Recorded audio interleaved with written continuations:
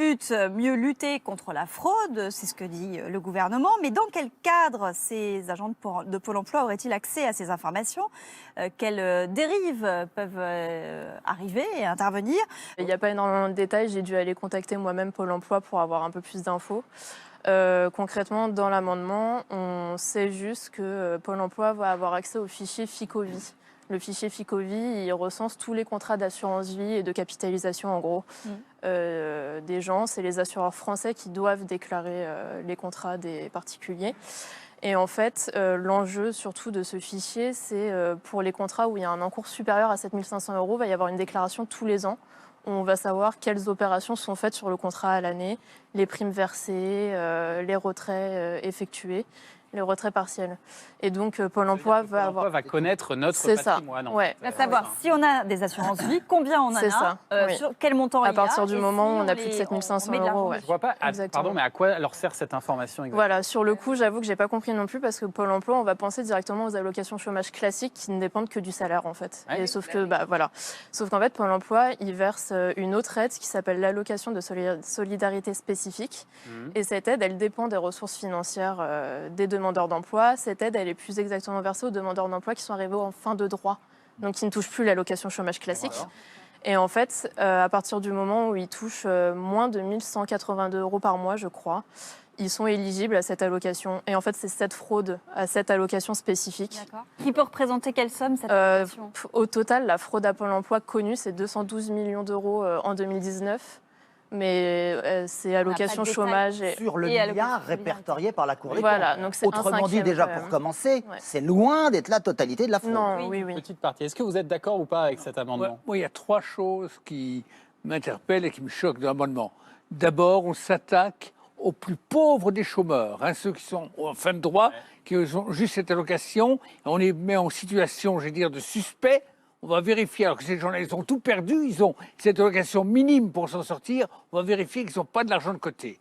Deuxièmement, même s'ils en avaient, parce qu'on vérifie si les gens ne travaillent pas par ailleurs, qu'il n'y ait pas un emploi même au noir, ce qui justifierait qu'on ne leur verse pas en prestation. Ce qui serait normal, on vérifie leur patrimoine. Mais on peut avoir été cadre, avoir réussi à constituer une assurance vie à l'époque, et puis on a perdu son emploi, et puis on est en fin de droit, l'assurance vie on la laisse de côté parce qu'on ne sait pas ce qui peut arriver, ça n'a rien de choquant. Il n'y a pas de quoi perdre les héritage aussi. Bien sûr. Je trouve, sur le principe, je trouve ça détestable. Exactement. C'est pas un revenu.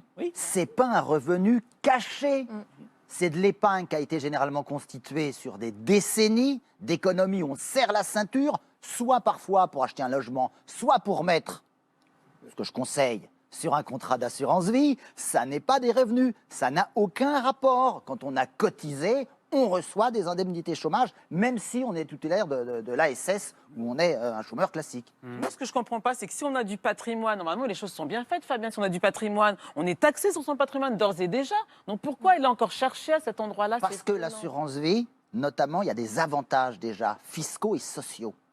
C'est un peu comme ça qu'ils raisonnent pour un certain nombre de choses, les gouvernements. Quand il y a des avantages quelque part qui sont octroyés, l'assurance vie, au bout de 8 ans, il n'y a plus beaucoup d'impôts à payer, on estime qu'on est privilégié et ils s'octroient donc le droit, effectivement, d'aller vérifier dans quel cas ils vont essayer de taxer. Est-ce que c'est des retraits? Est-ce que c'est des gains? Est-ce que c'est le montant du capital? Je crois qu'ils ne savent pas trop encore, savent pas, mais c'est la porte d'entrée à des taxes. Mais est-ce que ça veut dire qu'aujourd'hui, déjà, Pôle emploi a accès à beaucoup d'informations sur nous? Quelques-unes, quand même. Ils ont accès à 2 fichiers, notamment. Il y a le fichier FICOBA qui recense tous les comptes bancaires. Mais après, ce fichier, on a accès à l'identité des gens et à leur lieu de résidence. On ne connaît pas, par contre, les opérations qu'ils réalisent sur leur compte en banque. On ne sait pas combien il y a d'argent sur le compte. Exactement, voilà. On ne connaît pas.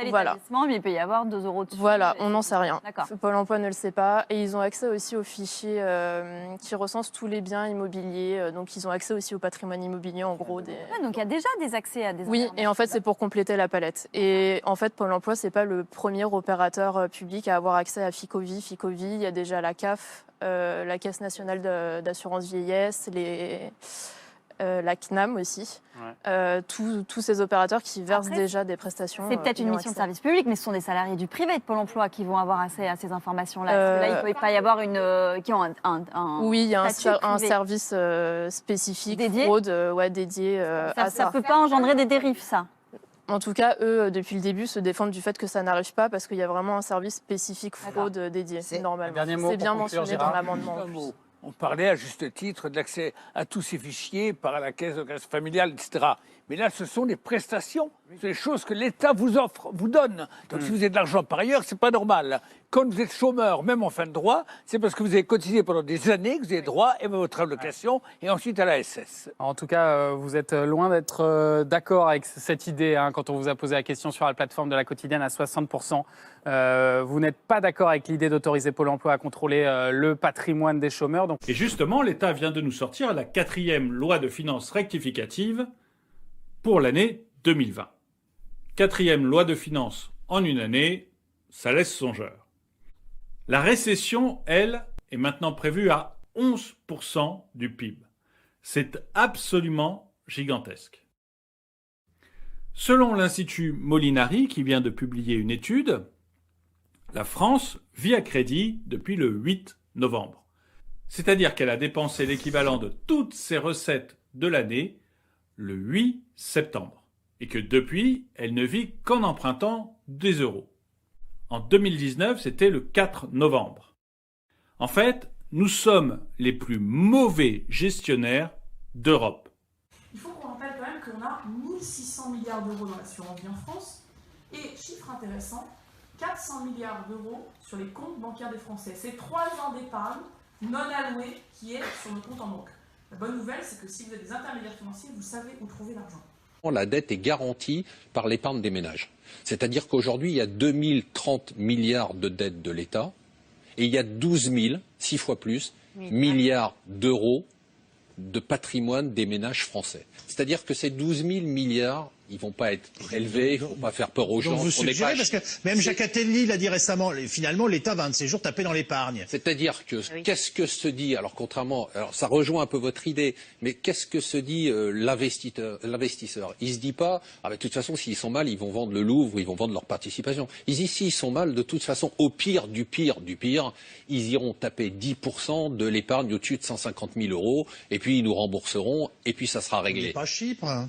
Chaque année, entre 10 000 et 14 000 décès sont imputables à la perte d'un emploi, Claire. Oui, c'est le Conseil économique, social et environnemental qui sort ce chiffre pour insister que le chômage, ce n'est pas seulement un problème social, c'est aussi un problème majeur de santé publique qui n'est pas pris assez en compte par la puissance publique. Alors, on rappelle les chiffres, hein, en France, toutes catégories confondues, c'est 5,7 millions de Français qui n'ont pas un emploi à plein temps. La perte d'un emploi, ça va bien au-delà de la perte d'un salaire, hein, puisque c'est à cause du stress, de l'hypertension, des addictions au tabac, à l'alcool, des maladies chroniques et ça augmente aussi le risque suicidaire. D'ailleurs, quand on les interroge, les chômeurs et les chômeuses déclarent respectivement 2,3 et 1,7 fois plus fréquemment un mauvais état de santé que les autres. Et puis, des études internationales montrent un risque de surmortalité lors de la perte d'un emploi qui est multiplié par 3. C'est comme le tabac, en fait.